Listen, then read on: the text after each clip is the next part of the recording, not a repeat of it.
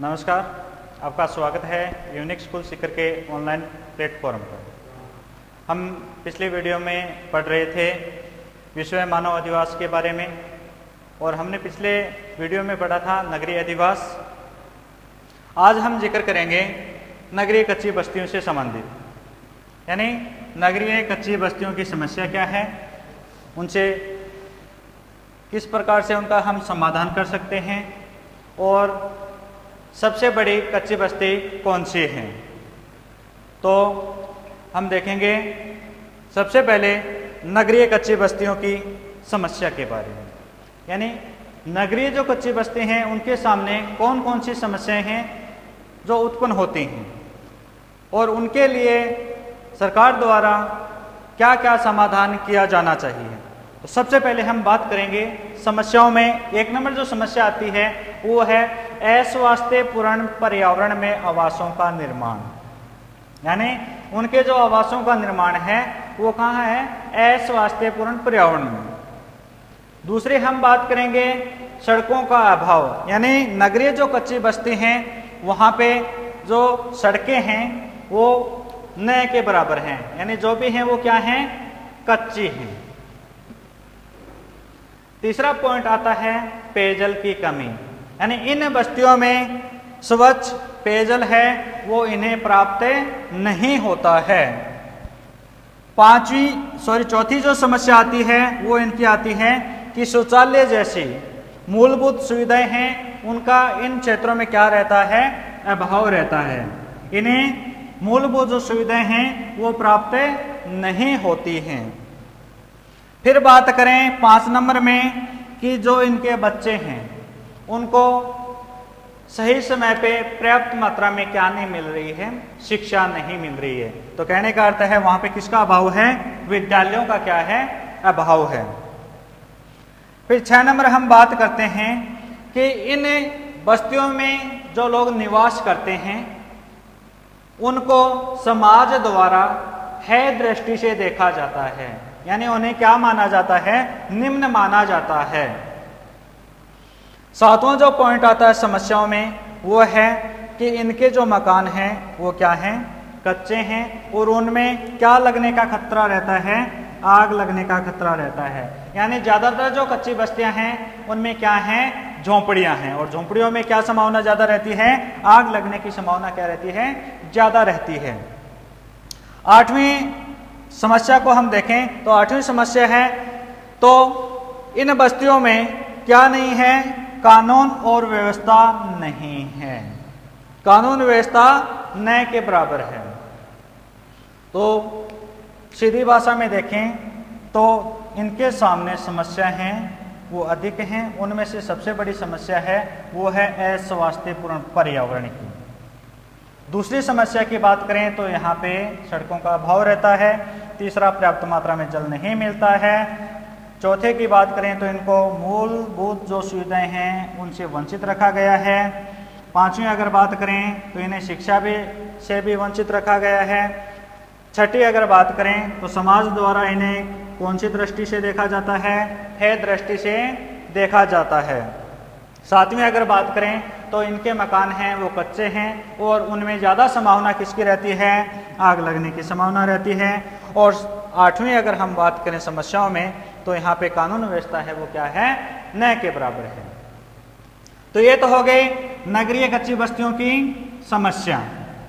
अब हम बात करेंगे नगरीय जो कच्ची बस्ती हैं उनकी जो समस्याएं हैं उनके समाधान की। तो समाधान में सबसे पहले बात आती है कि सरकार द्वारा इन्हें निम्न दर पर, यानी कम पैसों पर क्या उपलब्ध करवाना चाहिए, आवास उपलब्ध करवाना चाहिए। निम्न दर पर क्या उपलब्ध होना चाहिए, आवास।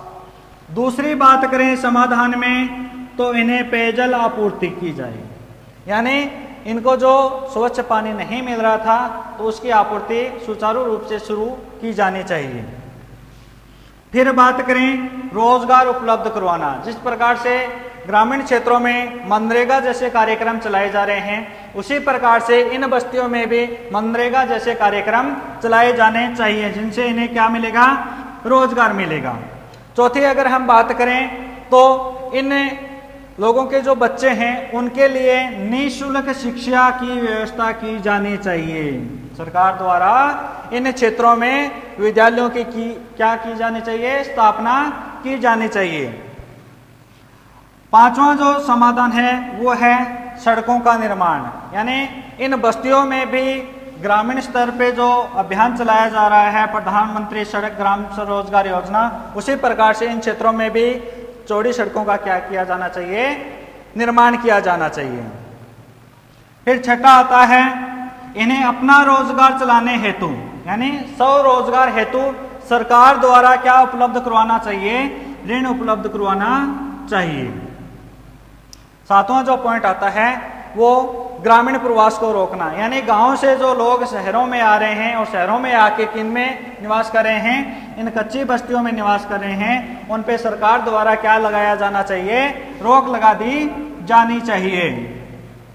और लास्ट पॉइंट इसमें आठवां है सुचारू रूप से कानून व्यवस्था बनाना, यानी नगरों में जिस प्रकार की कानून व्यवस्था लगाई गई है उसी प्रकार से इन कच्ची बस्तियों में भी क्या किया जाना चाहिए? सुचारू रूप से कानून व्यवस्था है उसको लागू किया जाना चाहिए। तो एक बार पुनः देख लो समाधान को। इन्हें निम्न दर पर आवास उपलब्ध करवाना चाहिए। दूसरा पेयजल की आपूर्ति।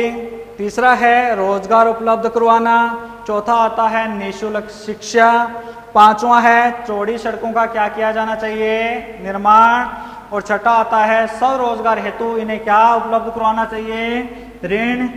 और सातवां है जो ग्रामीण प्रवास हो रहा है उस पर क्या लगा दी जानी चाहिए? रोक। और आठवां है इनमें सुचारू रूप से कानून व्यवस्था बनाना। तो ये हो गई नगरीय कच्ची बस्तियों की समस्या और समाधान। आगे हम देखते हैं इनमें एक कच्ची बस्ती है जो भारत में ही नहीं बल्कि एशिया की सबसे बड़ी कच्ची बस्ती है। तो उस बस्ती का क्या नाम है? मुंबई की धारावी कच्ची बस्ती। कौन सी है? मुंबई की धारावी कच्ची बस्ती। मुंबई की धारावी बस्ती यह बस्ती है, यह एशिया की सबसे बड़ी, एशिया की सबसे बड़ी। तो छोटा क्वेश्चन बन गया इसमें, एशिया की सबसे बड़ी कच्ची बस्ती कौन सी है? तो उसमें आपको बताना है मुंबई की धारावी जो बस्ती है वो एशिया की सबसे बड़ी बस्ती है। अब हम बात करेंगे इसकी स्थापना की, अवस्थिति की और जनसंख्या से संबंधित। तो सबसे पहले हम बात करेंगे धारावी की स्थापना, यानी इस बस्ती की स्थापना किसने की थी? ये जो धारावी बस्ती है इसकी स्थापना किसने की थी?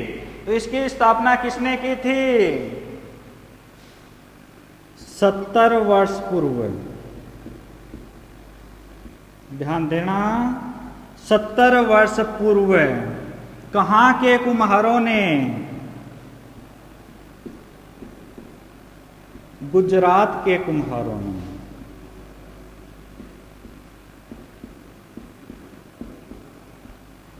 देखना, ये जो धारावी बस्ती है इसकी स्थापना किसने की?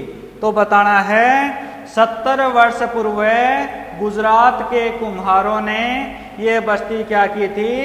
बसाई थी। और इनकी जो संख्या बताई गई है वो कितनी है?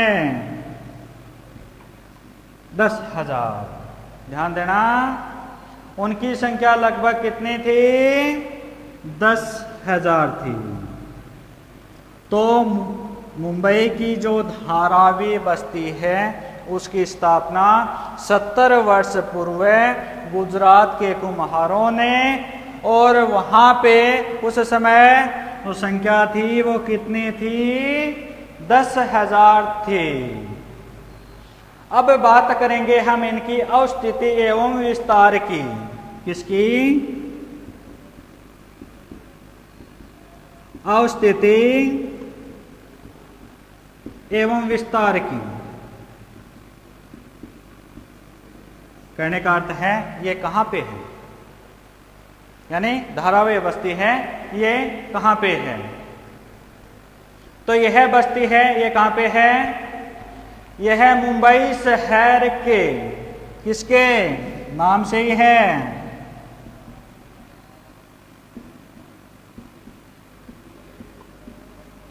यह बस्ती मुंबई शहर के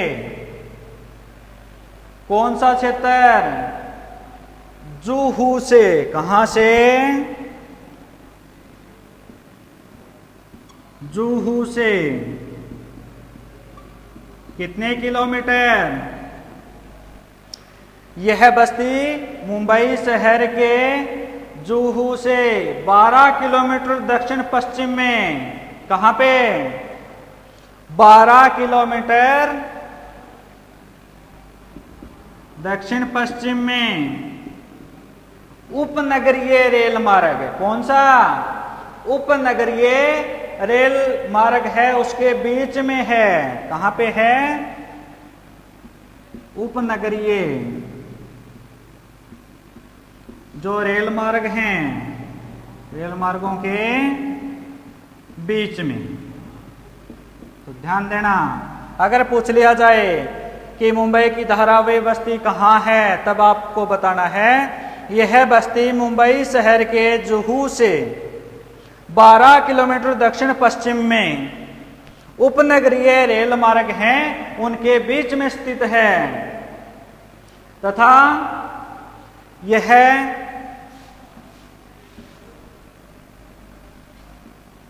कितने बस्तियों से बनी है, 12 बस्तियों से मिलकर बनी है।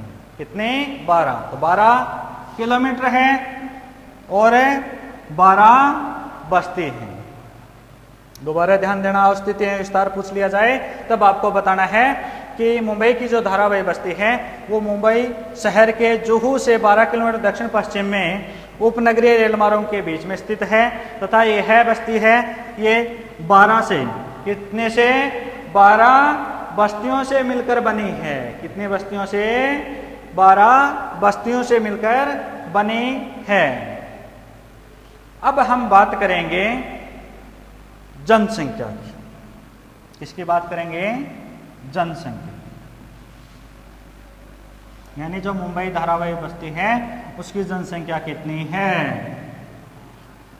और जनसंख्या है तो वो कितने क्षेत्र में या फिर कितने घरों में निवास करती है। 2011 के अनुसार देखें, किसके अनुसार, 2011 के अनुसार देखें तो जनसंख्या कितनी थी,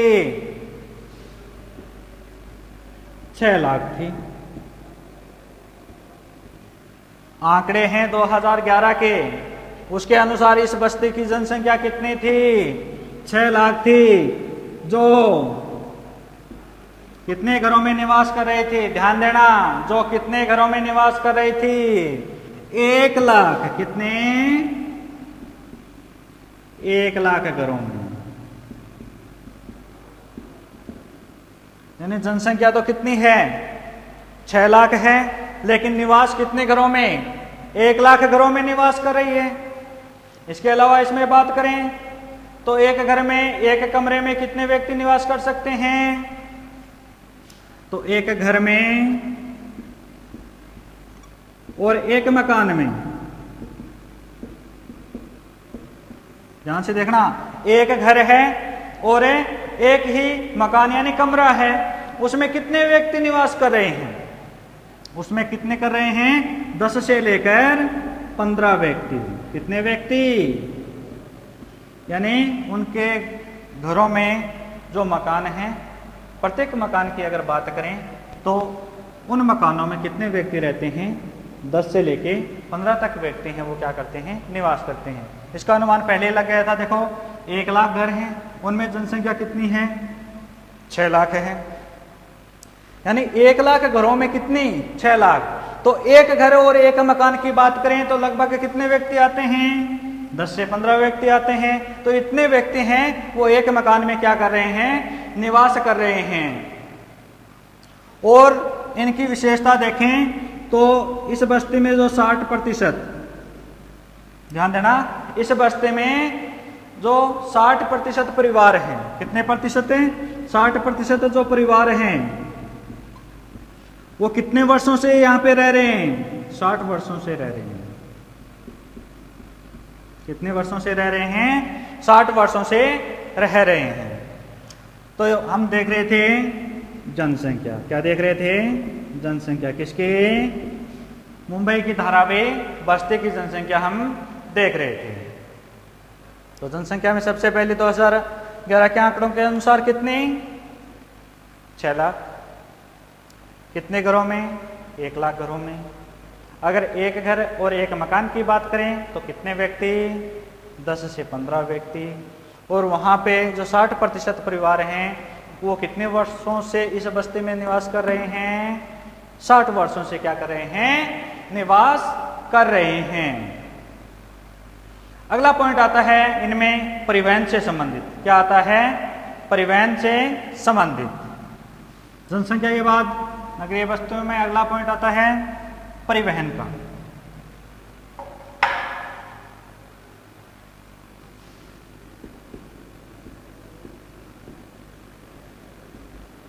कौन सा पॉइंट है? परिवहन का। तो इस बस्ती से एक मुख्य सड़क गुजरती है, यानी ये जो बस्ती है इससे एक मुख्य सड़क गुजरती है। मुख्य जो सड़क गुजरती है उस सड़क का नाम भी है। उस सड़क का क्या नाम है? 90 फुट रोड। क्या नाम है? 90 फुट रोड। अगर पूछ लिया जाए 90 फुट रोड तो आपको क्या बताना है? कि धारावाहिक की यह एक मुख्य सड़क है जिसका क्या नाम है? 90 फुट रोड नाम है। यहाँ पे परिवहन निगम की बसें बस्ती से बाहर गुजरती हैं। ध्यान देना, मुख्य सड़क तो एक है जिसका नाम 90 फुट रोड, और जो नगरीय परिवहन की बसें हैं वो इस बस्ती के बाहर से ही गुजर जाती हैं। यानी मुंबई में जो नगरीय परिवहन की बसें चलती हैं वो बसें क्या करती हैं? इस बस्ती के बाहर से ही क्या हो जाती हैं? गुजर जाती हैं। अब बस्ती के अंदर की बात करें तो बस्ती के अंदर किसका प्रवेश नहीं हो सकता? बसों का तो हो ही नहीं रहा है। इसके अलावा ऑटो रिक्शा। किसका? Auto rickshaw.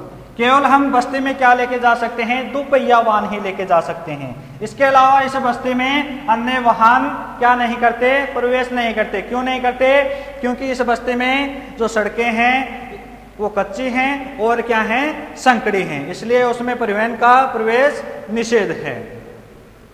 आगे हम बात करते हैं परिवहन के बाद भवन और आवास की। किसकी बात करेंगे? परिवहन के बाद भवन और आवास से संबंधित। तो देखो, भवन व आवास।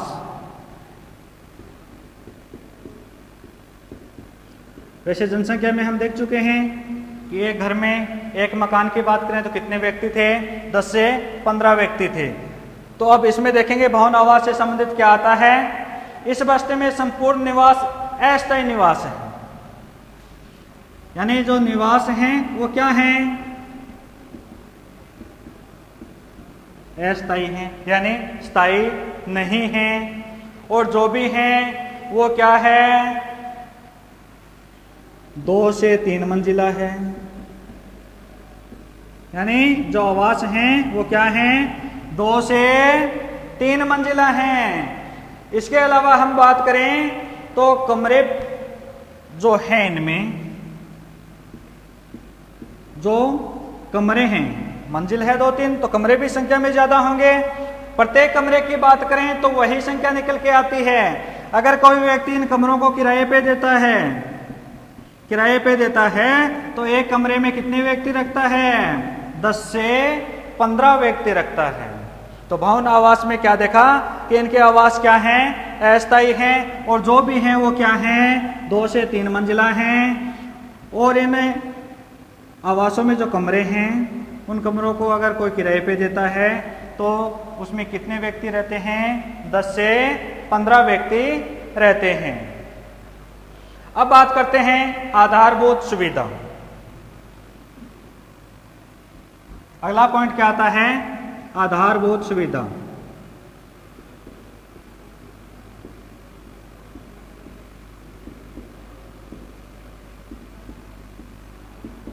तो आधारभूत सुविधा की अगर हम बात करें तो प्रमुख रूप से इसमें आता है कि 1500 व्यक्तियों पर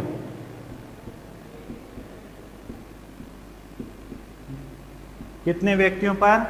1500 व्यक्तियों पर केवल और केवल एक शौचालय है। कितना है? 1500 व्यक्तियों पे कितने शौचालय? केवल एक शौचालय है। और गंदे जल की बात करें, किसकी बात करें?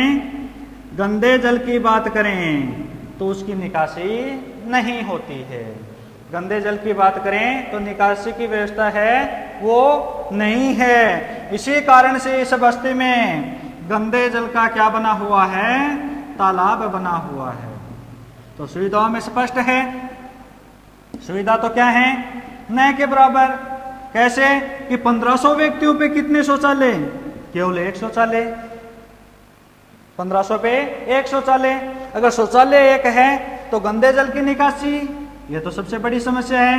अगर गंदे जल की निकासी नहीं होगी तो वहां पे गंदे जल का क्या बन जाएगा? तालाब बन जाएगा। तो ये धारावाही बस्ती है, ये सुविधाओं से क्या है? वंचित है। क्या है? वंचित है। यहाँ पे पर्याप्त मात्रा में उनको सुविधाएं नहीं मिल रही हैं। आगे चलते हैं व्यवसाय एवं रोजगार। इसमें अगला जो पॉइंट आता है वो कौन सा रहेगा? व्यवसाय और रोजगार का।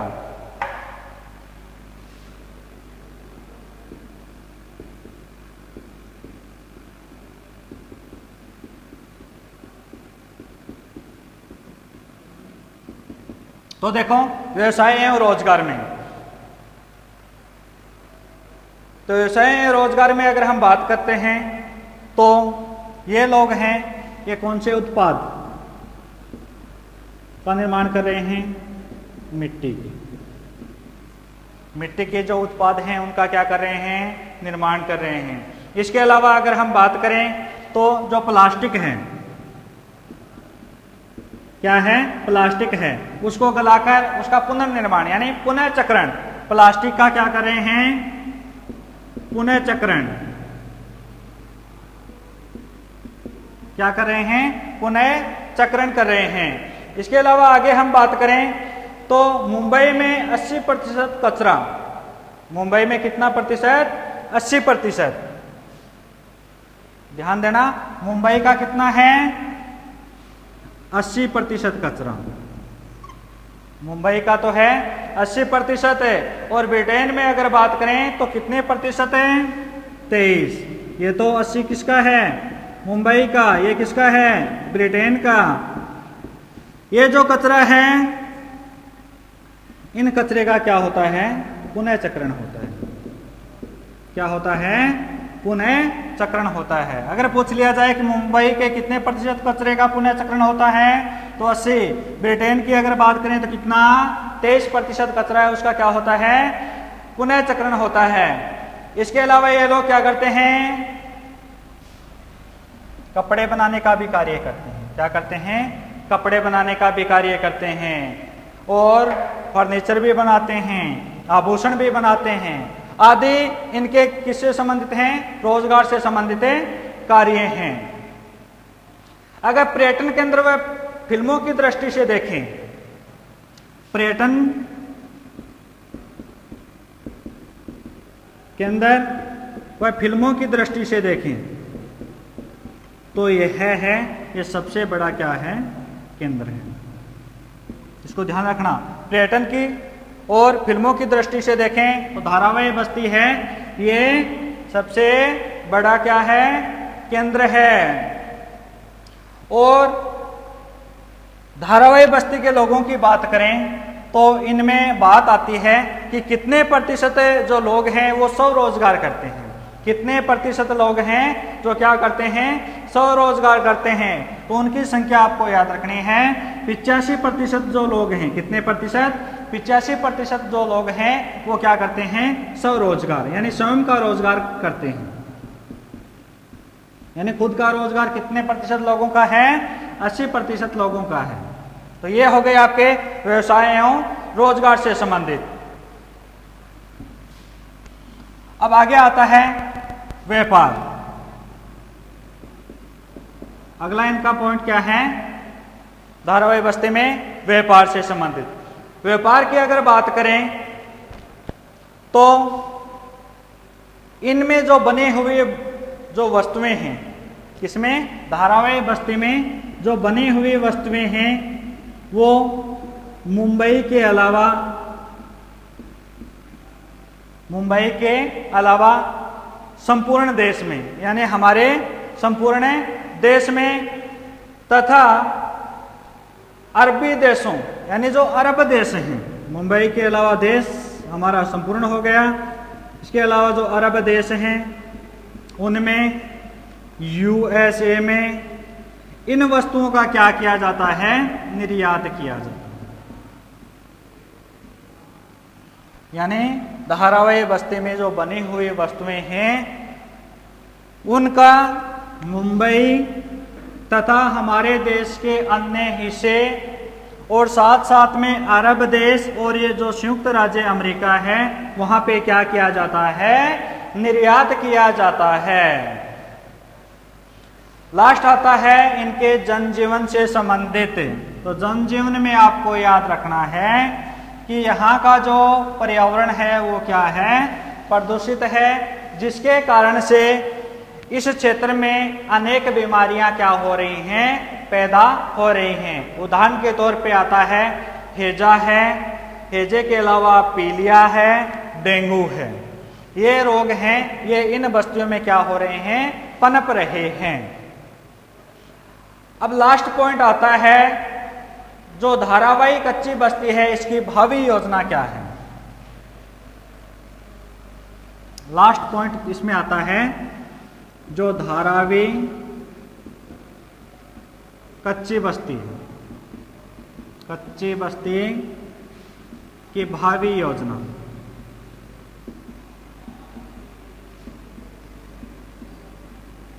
तो धारावी कच्ची बस्ती की भावी योजना क्या है? तो इसमें एक नाम आएगा जिसको आपको अच्छे तरीके से देखना है। प्रसिद्ध व्यवसायी मुकेश मेहता। कौन? प्रसिद्ध व्यवसायी जिसका क्या नाम है? मुकेश मेहता, जिसने क्या किया था? $2 बिलियन। इसने क्या किया था?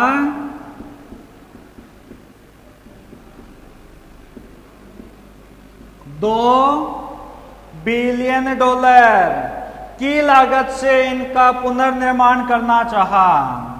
$2 बिलियन रुपयों से जो ये धारावी कच्ची बस्ती है उसका क्या शुरू करना चाहा था? पुनर्निर्माण, यानी दोबारा बनाने की कोशिश की गई थी। किनके द्वारा? मुकेश मेहता द्वारा। कितनी लागत से? 2 बिलियन से। किसकी? धारावी कच्ची बस्ती के निर्माण के लिए। हुआ क्या था? यह योजना क्या रही थी? विफल रही थी। क्या रही थी? विफल रही थी। क्यों? क्योंकि यह क्या थी? मुंबई शहर के केंद्र बिंदु में स्थित थी। यानी ये जो बस्ती है ये मुंबई शहर के किसमें स्थित थी? केंद्र बिंदु में। कहाँ थे? केंद्र बिंदु में स्थित होने के कारण ये योजना क्या रही थी? असफल रही थी। और बात करें कि जमीन तो कहाँ है? केंद्र बिंदु में। अगर केंद्र बिंदु में है तो इसकी लागत भी क्या रहेगी? ज्यादा। अब ज्यादा लागत है तो इसमें सीधी सी बात है क्या नजर आने लगी? बेईमानी। क्या? बेईमानी। यानी बेईमानी ज्यादा। क्यों? क्योंकि केंद्र बिंदु में स्थित है तो उस क्षेत्र का जो रेट की बात करते हैं यानी जो लागत है वो क्या है?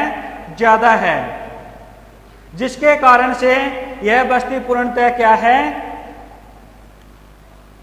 अवैध है। यानी एक कारण और है इसमें, यह बस्ती क्या है? अवैध है। क्यों है सबसे पहले बताया था, इसमें जिक्र हमने किया था कि यह बस्ती अस्थायी है, यानी स्थायी नहीं है, अस्थायी है।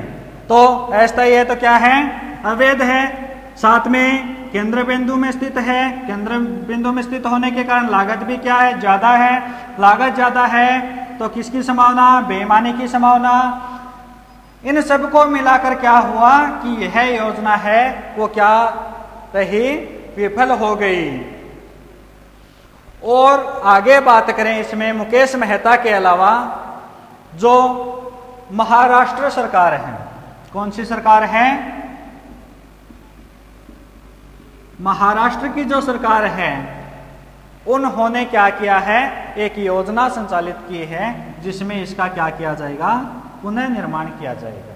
क्या किया जाएगा, पुनर्निर्माण किया जाएगा। अगर क्वेश्चन आ जाए कि धारावी कच्ची बस्ती जो है उसकी भावी योजना क्या है, तो उसमें आपको बताना है कि प्रसिद्ध व्यवसायी मुकेश मेहता ने $2 बिलियन की लागत से उसका क्या करना चाहा, पुनर्निर्माण करना चाहा। और वहां पे बहुमंजिले इमारतें बनाने की कोशिश भी की गई, लेकिन हुआ क्या कि जो ये बस्ती है ये मुंबई के केंद्र बिंदु में स्थित है, और केंद्र बिंदु में स्थित होने के कारण उसकी लागत भी क्या है, ज्यादा है। और लागत ज्यादा है, इसके अलावा एक पॉइंट और निकल के आया कि यह बस्ती क्या है, अवैध है, यानी अस्थायी है तो क्या रही, अवैध है। अवैध के साथ साथ बात करें तो इसमें जो मुकेश मेहता है उसको क्या नजर आने लगी, बेईमानी। क्यों, क्योंकि उसकी कीमत क्या है, जमीन की ज्यादा है, ज्यादा कीमत होगी तो किसकी संभावना ज्यादा, बेईमानी की, जिससे यह योजना क्या रही थी, विफल रही थी। लेकिन महाराष्ट्र सरकार है उसने योजना बनाई है, क्या योजना बनाई है, इस बस्ती का पुनर्निर्माण करने की योजना बनाई है। तो यह था हमारा विश्व मानव अधिवास अध्याय 6। तो इसी के साथ ये अध्याय पूर्ण होता है। धन्यवाद।